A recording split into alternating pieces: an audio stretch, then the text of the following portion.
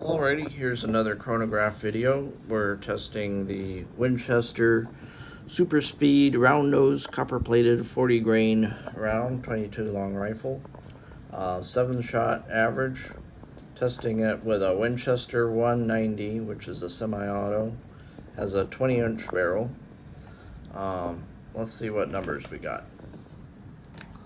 Our average 1253.5, minimum 1213.6, maximum was 1312.3, standard deviation was 31.5,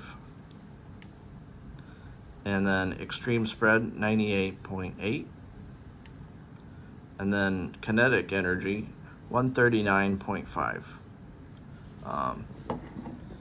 You can see they're calling for 1300.